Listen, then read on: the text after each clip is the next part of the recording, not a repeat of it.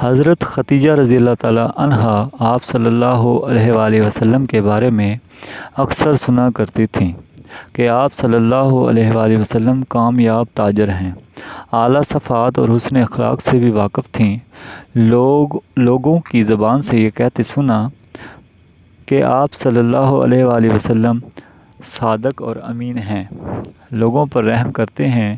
حضرت خدیجہ رضی اللہ تعالیٰ عنہا دل میں کہنے لگیں کہ ایسے راست باز اور سچے آدمی سے ملنا چاہیے، شاید وہ کاروبار میں مدد کر سکیں۔ انہوں نے آپ صلی اللہ علیہ وآلہ وسلم کو پیغام بھیجا۔ حضور اکرم صلی اللہ علیہ وآلہ وسلم بی بی خدیجہ کے گھر پہنچے۔ بی بی خدیجہ رضی اللہ تعالیٰ عنہا نے حضور اکرم صلی اللہ علیہ وآلہ وسلم سے عرض کیا کہ آپ صلی اللہ علیہ وآلہ وسلم یہ تجارتی مال لے جا کر فروخت کریں، مجھے آپ صلی اللہ علیہ وآلہ وسلم جیسے شخص کی ضرورت ہے۔ حضور اکرم صلی اللہ علیہ وآلہ وسلم نے اس پیشکش کو منظور کر لیا، چنانچہ تجارت کا مال لے کر شام جانے کے لیے تیار ہو گئے۔ حضرت خدیجہ نے اپنا غلام میسرہ آپ صلی اللہ علیہ وآلہ وسلم کی خدمت کے لیے ہمراہ کر دیا۔ قافلہ روانہ ہوا۔ آپ صلی اللہ علیہ وآلہ وسلم ملک شام کی طرف جا رہے تھے تو راستہ میں بصرہ کے قریب ایک یہودی عالم ربی رہتا تھا۔ آپ صلی اللہ علیہ وآلہ وسلم اس کے قریب سے گزرے تو کچھ دیر سستانے کے لیے ایک درخت کے سائے میں بیٹھ گئے۔ ربی نے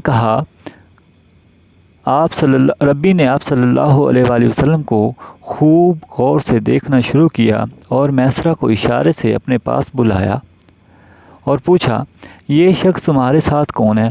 اس نے کہا، اس شخص کا تعلق قبیلہ قریش سے ہے۔ ربی نے کہا، خدا کی قسم، اس درخت کے سائے تلے سوائے نبی کے کوئی نہیں بیٹھتا، کاش میں اس وقت تک زندہ رہتا جب اس شخص کو نبوت ملتی۔ شام کے سفر سے واپس لوٹے مال فروخت کرنے کے بعد جو رقم حاصل کی، آپ صلی اللہ علیہ وآلہ وسلم نے حضرت خدیجہ رضی اللہ تعالیٰ عنہا کے حوالے کی۔ حضرت خدیجہ رضی اللہ تعالیٰ عنہا نے میسرہ سے سفر میں پیش آنے والے حالات دریافت کیے اور آپ صلی اللہ علیہ وآلہ وسلم کے بارے میں بھی پوچھا۔ میسرہ نے سفر کے دوران پیش آنے والے واقعات اور آپ صلی اللہ علیہ وآلہ وسلم کے صالح کردار کے بارے میں سب کچھ تفصیل سے بتا دیا۔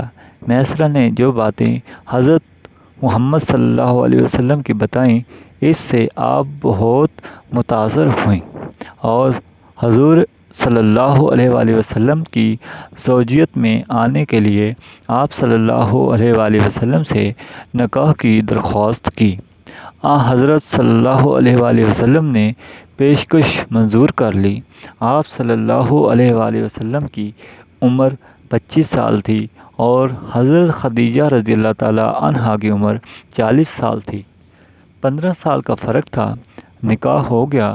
تقریب میں حضرت حمزہ، ابو طالب، حضرت ابو بکر صدیق رضی اللہ تعالیٰ عنہ اور برادران قریش شریک ہوئے۔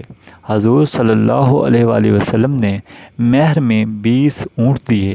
حضرت خدیجہ سے شادی کے بعد حضور اکرم صلی اللہ علیہ وآلہ وسلم کی حالت بہتر ہو گئی۔ آپ یہ غریبوں کا خیال رکھتے تھے، بے قصوں کی مدد فرماتے تھے، مصیبت زدہ لوگوں کے کام آتے تھے۔ قریش آپ صلی اللہ علیہ وآلہ وسلم کی سچائی اور حسن اخلاق کے قائل ہو گئے۔